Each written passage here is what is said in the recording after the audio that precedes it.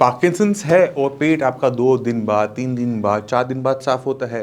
पूरा दिन सिर में दर्द, गैस, ब्लॉटिंग बनी रहती है, जीभ मिचलाता रहता है। तो जो आज मैं आपको इस वीडियो में बताने वाला हूँ वो आपके बहुत काम का है।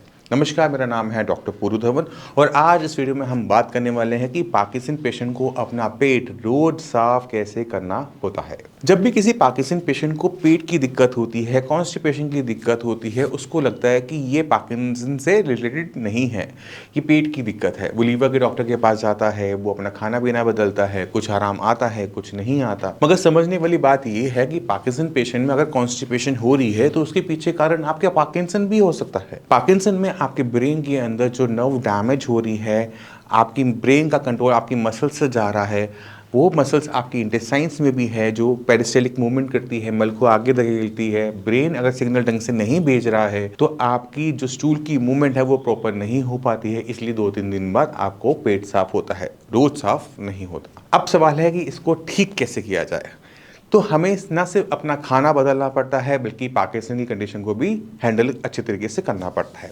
तो शुरुआत करते हैं। सबसे पहले हम खाने में क्या बदलें। हमें खाने में बदलना होता है वो है आपको अपने खाने के अंदर रफेज यानी फाइबर उसकी मात्रा को बढ़ाना पड़ता है, क्योंकि वो बल्क फॉर्मेशन करने में हेल्प करता है। अब ये हमें रफेज कहाँ से मिलता है? ये हमें मिलता है फ्रूट से, वेजिटेबल से, हमारे अनाज से। तो हमने करना क्या है, उन चीज़ों का सिलेक्शन करना है जिनके अंदर हमारा फाइबर की मात्रा ज़्यादा है। जैसे अगर आप रोटी खा रहे हैं तो साथ में सैलेड ज़रूर खाएं। सैलेड का हिस्सा 50% ज़रूर रखें। पहले सैलेड खाएं फिर रोटी को खाएं। इससे क्या होगा, फाइबर की मात्रा पूरी हो चुकी होगी, पेट को साफ होने में हेल्प मिलेगी। पपीता हम सब जानते हैं पेट साफ करने में काम आता है। अगर आपको सूट करता है तो डेली उसको आप मॉर्निंग में ज़रूर खा लीजिए, रात को नहीं, मॉर्निंग में खाइए। उससे क्या होगा, आपका पेट साफ करने में आपको हेल्प होगी। मगर ध्यान क्या रखना है कि आपने अपना पूरा खाना सिर्फ और सिर्फ वेजिटेबल एंड फ्रूट से नहीं बनाना। उसके अंदर प्रोटीन भी होना चाहिए, उसमें कार्बोहाइड्रेट्स भी होना चाहिए। इस चीज़ का ध्यान रखना है। मैदी वाली आइटम से आपने बचना है। इससे क्या होगा कि आपकी गट की हेल्थ अच्छी रहेगी, बट इससे हमारा ब्रेन की हेल्थ अच्छी अभी नहीं हो रही है। ब्रेन की हेल्थ को अच्छा करने के लिए हमें पार्किंसन को अंडरस्टैंड करना पड़ता है, डीपली अंडरस्टैंड करना पड़ता है किस तरह से डोपामिन रिलीज होगा। तो जो डोपामिन है वो एक हैप्पी हार्मोन है। जब हम हैप्पी होते हैं तो वो रिलीज होता है। इसी वजह से जितने भी पार्किंसन पेशेंट होते हैं उनमें एक कॉमन दिक्कत देखने को मिल रही होती है, वो है डिप्रेशन। अब अगर हम किसी भी तरह से इस डोपामिन को अपने ब्रेन के अंदर रिलीज करवा पाएँ तो पार्किंसन के जो सिम्टम्स हैं वो कम होने शुरू हो जाते हैं, जैसे इन पेशेंट में हुए। पार्किंसन का ज़्यादातर तो यही कहते हैं कि ये ट्रीटमेंट नहीं होता इसका। तो डॉक्टर ने क्या बोला था आपको? ये इसका इलाज ये दवाई लेते रहना। वो बोल रहे थे कि दवाई तो खानी ही पड़ेगी। ठीक होने के बारे में क्या कह रहे थे? वो तो बोल रहे थे कि ऐसा तो चलेगा है।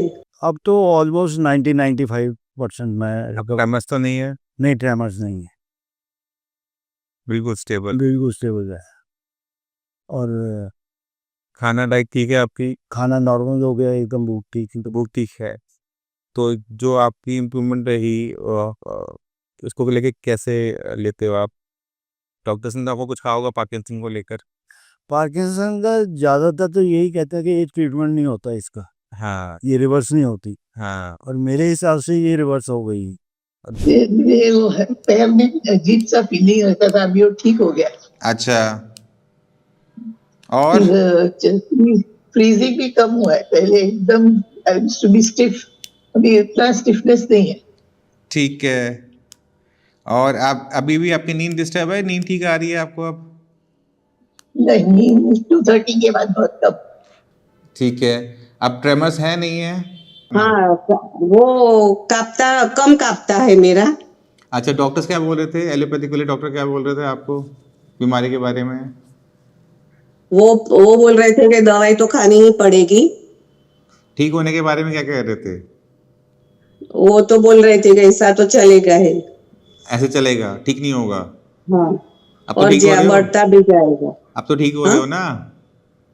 हाँ हाँ अब हाँ। घर के काम सारे कर लेते हो? पूरा काम मैं अकेले ही करती हूँ घर का।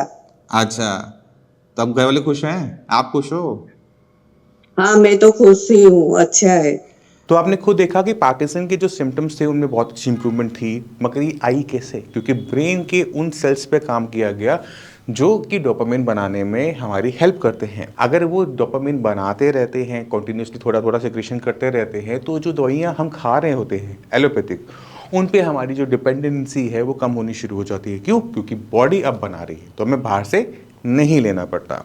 तो हमने इसमें सिर्फ मेडिसिन पे काम नहीं किया है, हमने इसमें डाइट हो, एक्सरसाइज हो, आपके आसपास की जो एनवायरनमेंट है, उन सब पे एक साथ काम किया जाता है। इवन आपकी जो नींद होती है उस पर भी बारीकी से काम किया जाता है।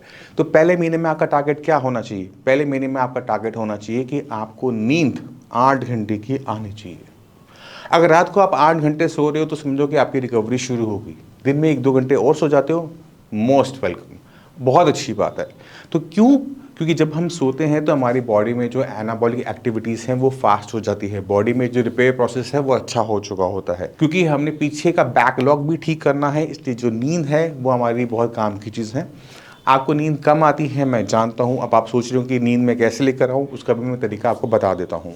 इसमें ना सिर्फ हमें सप्लीमेंट्स को ऐड करना पड़ता है, बट कि अपनी रूटीन को भी चेंज करना पड़ता है। पेशेंट को चाहिए कि अपनी शाम को कुछ एक्सरसाइज, चाहे वॉक हो, साइकिलिंग हो, वो ज़रूर करे। इतना करे कि बॉडी थक जाए, बॉडी में थोड़ा सा पेन होना शुरू हो जाए। क्यों? अगर हम शाम को एक्सरसाइज ज़रूर करते हैं तो हमारी मसल्स में जो फटीग है वो हमें घर ले जाके झट से सुला देता है और नींद हमारी गहरी और लंबी हो जाती है। मगर हम एक्सरसाइज कब करते हैं? मॉर्निंग में। मॉर्निंग में आपने एक्सरसाइज को अवॉइड करते हुए, हैवी एक्सरसाइज को अवॉइड करते हुए लाइट एक्सरसाइज यानी योगा, ब्रीथिंग एक्सरसाइज, मेडिटेशन, इस पे ध्यान लगाना है। क्यों? क्योंकि यहाँ पर आपने ब्रेन को फोकस में लेना है, पूरा दिन आपने ब्रेन को कंट्रोल में रखना है। शाम को जाके आपने उसे रिलैक्स कर देना है, दोस्तों से मिलना है, पार्क जाना है, साइकिलिंग करनी है, वॉक पे जाना है। इससे क्या होगा? हमारे ब्रेन को एक बहुत अच्छी रूटीन मिलेगी जिसमें वो सुबह फोकस हो रहा है, शाम को वो फटीक हो रही है बॉडी, जिससे ब्रेन को सोने में हेल्प मिल रही है। तो ये बहुत अच्छा होता है। दूसरा, अपने खाने के अंदर हमने प्रोटीन की मात्रा बढ़ानी होती है, चाहे वो दालों से आए तो दालों का सूप हो गया, सब्जियों का सूप हो गया, वो डालना है। अगर आप एग्स लेते हैं तो एग्स को भी सूप में डाल सकते हैं, एग्स का भी आप कुछ बना के ले सकते हैं। अगर आप नॉन वेज खाते हैं तो मैं नॉन वेज खाने के लिए एडवाइस नहीं करता, मगर मैं कोई ज़रूर कहता हूँ कि जैसे चिकन है, फिश है, इनका सूप। मटन या फिर कोई और बड़ा जानवर, उसको मैं अवॉइड करवाता हूँ क्योंकि उसके अंदर रेड मीट ज़्यादा होता है, कोलेस्ट्रॉल की मात्रा ज़्यादा होती है, तो हमने इसको अवॉइड करते हुए चलना होता है। अगर ये सब करने के बावजूद भी आपकी कॉन्स्टिपेशन ठीक ना हो, तब जाकर आता है मेडिसिन का नंबर। अब हम हो चुके हैं एज में 60-70, तो अगर हम कोई भी ऐसी मेडिसिन खाते हैं जिससे स्टूल बहुत बार बार आता है तो बॉडी में वीकनेस जनरेट हो जाएगी। तो हमने करना क्या होता है? हमने ऐसा लेग्जेटिव लेना होता है जो हमारे स्टूल को पास करने में हेल्प करे। जैसे अगर कोई मशीन पुरानी है तो उस पर क्या लगाते हैं? ग्रीस लगाते हैं, तेल लगाते हैं, जिससे क्या लुब्रिकेशन हो जाती है। इसी तरह से जब हम बूढ़े हो जाते हैं, हमारी इंटेस्टाइन्स भी काफ़ी ड्राई सी रहनी शुरू कर देती है। ऐसी कंडीशन के अंदर हमें हेल्प करती हैं ऐसी मेडिसिन जो हमारे इंटेस्टाइन्स को लुब्रिकेट करे। अब लुब्रिकेशन में क्या आएगा? ऐसा कौन सा ऑयल है जो आप खा सकते हो, ऐसा कौन सा फैट है जो आप खा सकते हो और बॉडी से एब्जॉर्ब ना करे? तो इसमें आपका सबसे ज़्यादा हेल्प करता है वो है देसी घी। मैं फिर से बोल रहा हूँ, देसी घी। बट आपने उसे रोटी पे लगा के खाओ या ना खाओ, बट रात को एक बड़ा ग्लास दूध का लेना, उसमें 1 चम्मच घी का डालना और उसको पी जाना। उससे क्या होगा? घी आपके लिए, ब्रेन के लिए भी अच्छा है और आपके इंटेस्टाइन्स के लिए भी अच्छा है। वो लुब्रिकेशन का काम करेगा और आपका जो स्टूल है वो पास होना शुरू हो जाएगा। इसी तरह से कैस्टर ऑयल आता है, कैस्टर ऑयल भी सेम काम करता है। अब ये तो हो गया देसी घर के नुस्खे। अगर थोड़े से हाई लेवल पर जाना चाहते हो तो एक तरीका और होता है, वो है छोटी हरड़। छोटी हरड़ आपको किसी भी पंसारी दुकान पे मिल जाएगी, उसे ले आओ और एक कढ़ाई के अंदर कैस्टर ऑयल, अरंडी का तेल को आप गर्म कर लो, और जैसे पूड़ियाँ तलते हो ना वैसे अरंडी को भी आप तल लो। जब तलोगे ना वो बड़ी बड़ी ऐसे बड़ी बड़ी हो जाएंगी। उसको आपने मिक्सी में क्रश किया, थोड़ा सा नमक डाला स्वाद के लिए, और रात को 2 चम्मच आपने उसको खा लिया गर्म पानी से। सुबह आपका पेट साफ। और अगर ये भी करने का मन ना करे तो मार्केट में जाके त्रिफला पाउडर खरीद लेना, त्रिफला पाउडर को गर्म पानी से ले लेना, उससे भी आपका पेट साफ हो जाना चाहिए। ये छोटे छोटे नुस्खे होते हैं जिसकी वजह से आप अपने पेट को साफ रख सकते हो। अगर आपका पेट साफ है, आपका मन साफ होना शुरू हो जाता है, आपका जो ब्रेन में फॉग है वो क्लियर होना शुरू हो जाता है, पेशेंट फोकस कर पाता है, बॉडी में एनर्जी फील होती है। और जहाँ पेशेंट को अपनी बॉडी में एनर्जी फील होनी शुरू हो गई, अब कंट्रोल उसके हाथ में आना शुरू हो जाता है। मैं सुबह उठूंगा, मैं योगा करूंगा, मैं एक्सरसाइज करूंगा, मैं दोस्त से मिलने जाऊंगा, मैं शाम को अपना पाठ वाठ करूंगा, शाम को मैं अपनी एक्सरसाइज पे जाऊंगा, रात को मैं आराम से 8-9 घंटे की नींद लेना शुरू कर दूंगा। अगर ये रूटीन बन गई, 2 महीने के अंदर चेंजेस जैसे मैंने आपको पहले दिखाए वैसे आपको देखने को मिल जाते हैं। उम्मीद करता हूँ इस वीडियो से कॉन्स्टिपेशन को कैसे दूर करना है पार्किंसन पेशेंट में और उसके पीछे जो रीज़न है वो आप समझ गए होंगे। फिर भी माइंड में कोई डाउट है, मोस्ट वेलकम है, आप आके भी डॉक्टर से मिल सकते हो। इसी के साथ चलने की आज्ञा चाहूँगा। मिलते हैं अगली वीडियो में, तब तक के लिए नमस्कार।